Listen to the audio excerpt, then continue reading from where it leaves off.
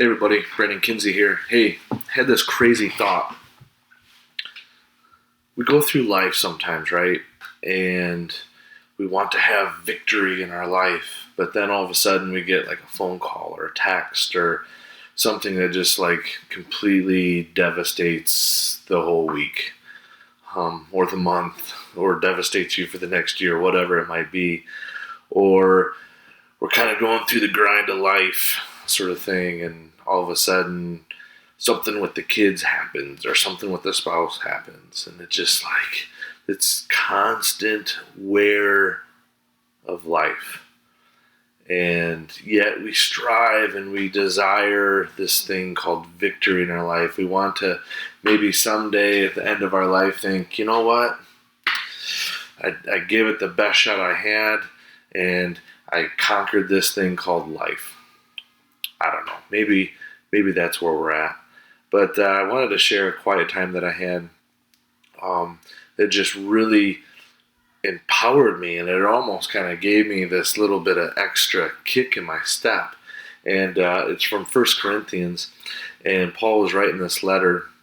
There was a whole bunch of craziness things that were happening within the church, and there was all these problems and all this stuff that was happening. And it's almost like, well, we kind of deal with some of these same things today. And there's this one, actually two verses that just really kind of stood out to me. And it's from 1 Corinthians chapter 15, verse 56. The sting of death is sin. And that idea of sin is the separation from God. And there's no other thing that could be worse than that. I mean, that's literally our hell, is being separated from God. So the sting of death is sin, and the power of sin is the law. But thanks be to God who gives us victory through our Lord Jesus Christ. So if we choose to live our life for Jesus and we follow Him, like, we can have victory over this thing called life.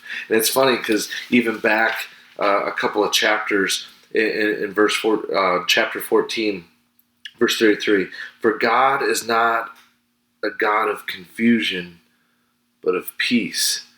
It's like, man, that is something that resonates with me. Like, I get confused with my masculinity, my sexuality, my identity, and being a husband or a father. Like, I can have peace about those things because God, He's not confused by anything on this side of eternity. And so as I align myself in and through Jesus, I can have victory over this thing called life. Anyways, just wanted to share those couple of thoughts with you guys. Hope that encourage you.